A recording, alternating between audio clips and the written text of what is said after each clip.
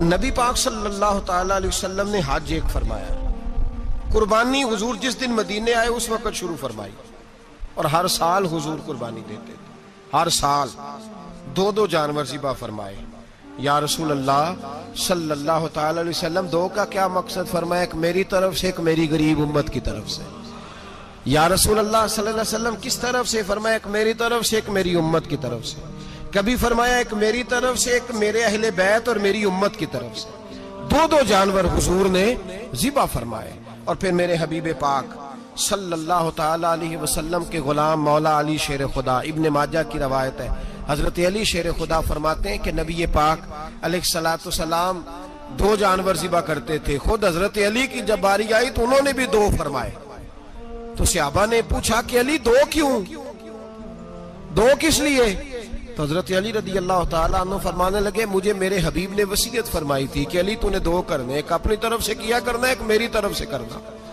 تو میں ایک اپنی طرف سے دیتا ہوں، ایک اپنے نبی پاک کی طرف سے دیتا ہوں صلی اللہ علیہ۔ دو جانور۔ آپ لوگوں نے سنی ہوئی ہے یہ بات کہ مہینہ مہینہ کھانا نہیں پکتا تھا حضور کے گھر میں۔ حضرت عائشہ فرماتی ہیں 3 چاند اور 3 سورج کٹھے کبھی نہیں دیکھے جب ساتھ روٹی بھی کھائی ہو، یعنی 3 دن مسلسل کبھی کھانا نہیں کھایا۔ قربانیاں کتنی دیں؟ بولیے۔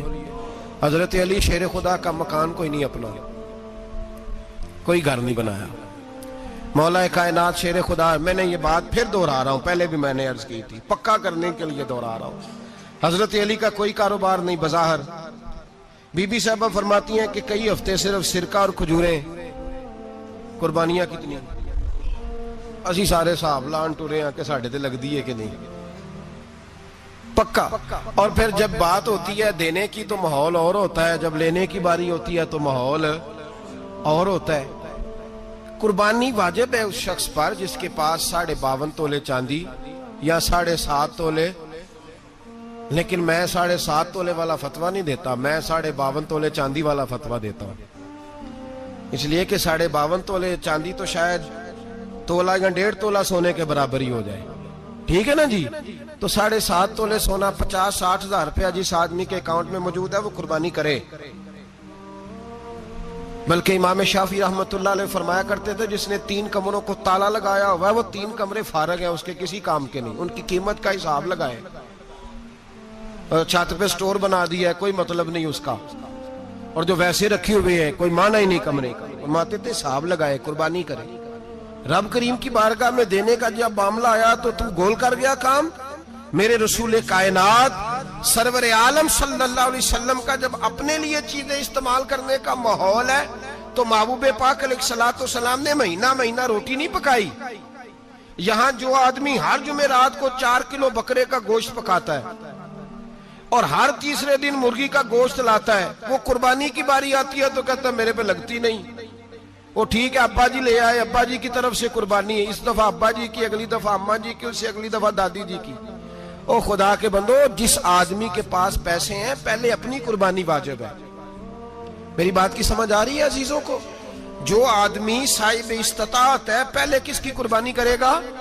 وہ کمائی کرتا ہے، اس کے اپنے اکاؤنٹ میں تنخواہ آتی ہے، ابا جی کے اکاؤنٹ میں نہیں آتی۔ اس نے اپنا بینک بیلنس چوری بھی رکھا ہوا ابا جی سے۔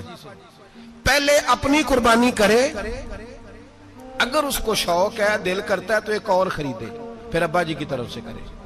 اگر اللہ نے توفیق دیا تو ایک اور خریدے، اماں جی کی طرف سے کرے، اور اگر اس کے دل کو اللہ ٹھنڈک عطا کرے، سکون کرے، تو پھر اپنے رسول کی طرف سے بھی قربانی دے، پھر اپنے محبوب کی جانب سے بھی قربانی کرے۔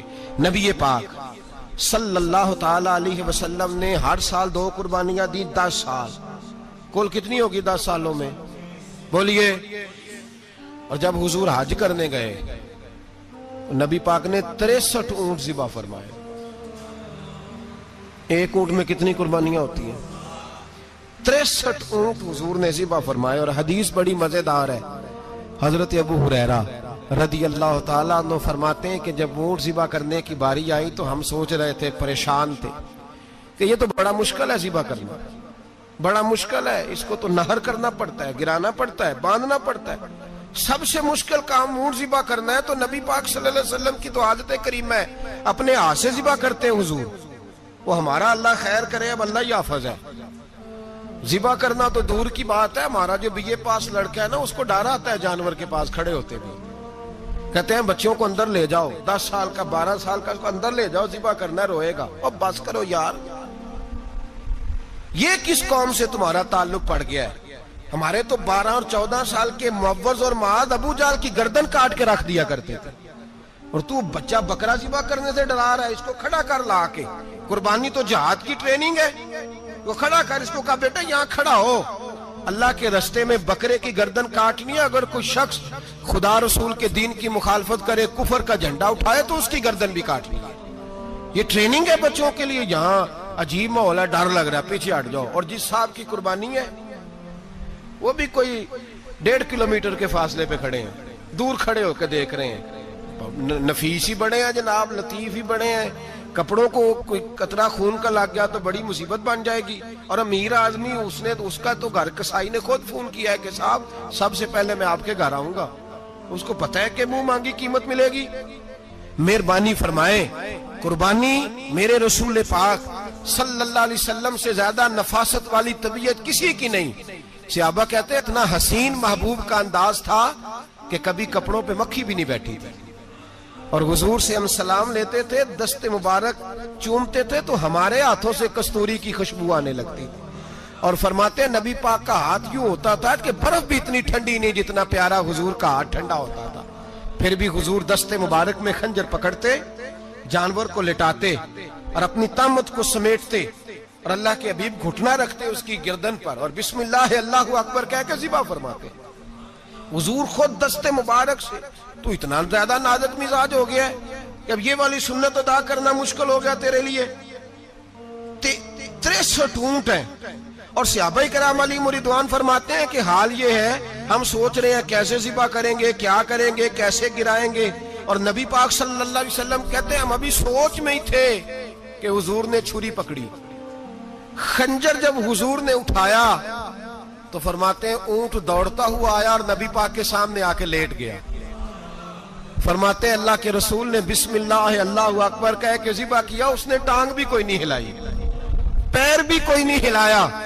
وہ کسی شاعر نے بڑی عجیب بات کہی تھی. اس نے کہا پھنسی جو دام میں بلبل تو لگی یوں کہنے، کرے گا قتل کیا تو نے جب اسیر مجھے، کباب شمع کے شولے پہ کیجیو سیاد، شکل گل نظر آئے دم اخیر مجھے.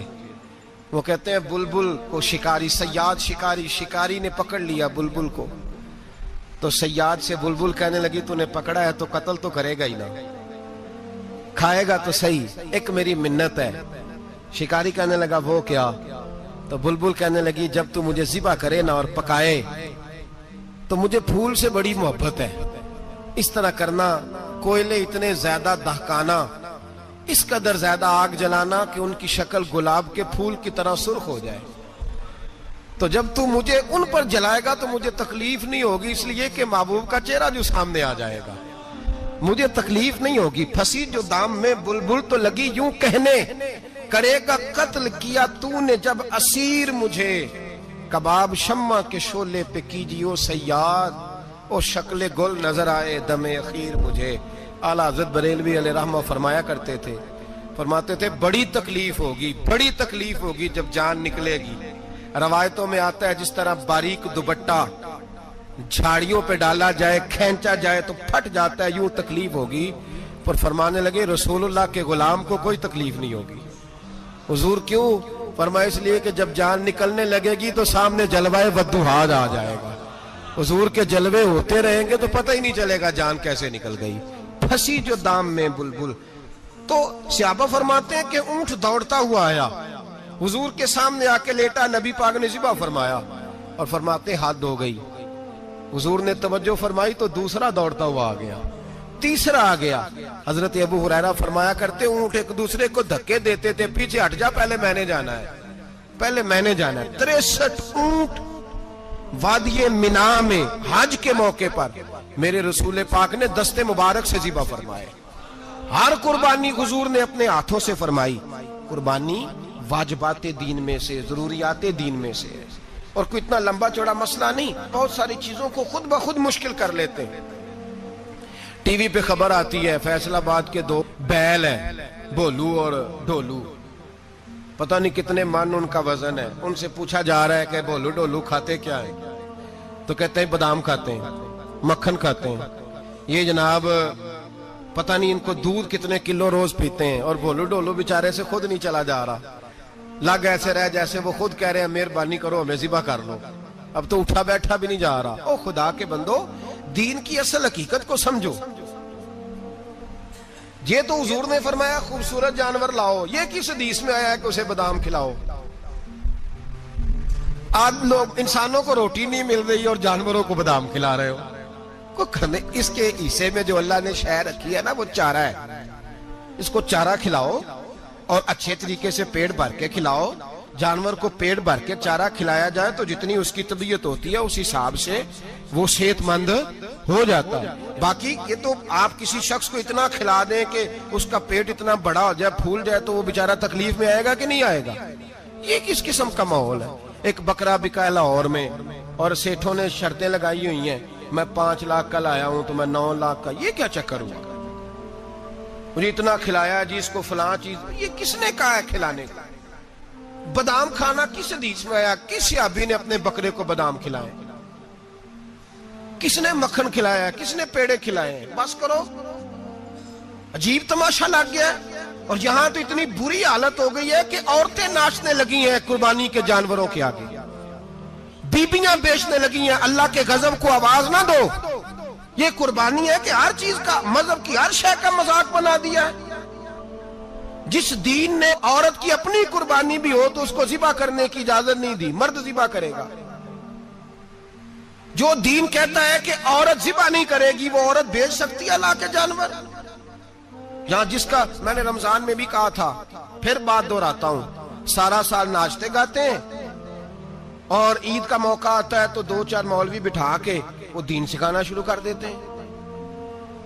کوئی پتہ ہی نہیں، کوئی خبر ہی نہیں. جس بوتل میں کل تک شراب بک رہی تھی اسی میں دودھ پلاؤ گے؟ جس برتن میں کل تک پیشاب تھا اس میں آج لوگوں کو شہد پلاؤ گے؟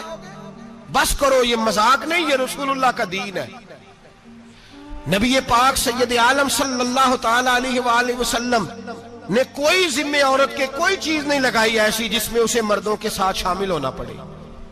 اور عورت سمجھ ہی نہیں رہی کہ یہ اس کی تذلیل ہے، عزت نہیں. صابن بک رہا ہے تو ساتھ بی بی کھڑی ہے، شیمپو بک رہا ہے تو عورت اس کی جو ہے وہ ایڈ دے رہی ہے. یہ عزت ہے عورت کی؟ رسوا کر دیا تم نے ہر شے میں عورت. اب قربانی کا جانور بھی بی بی بیچے گی؟ غیرت کہاں گئی اس قوم کی؟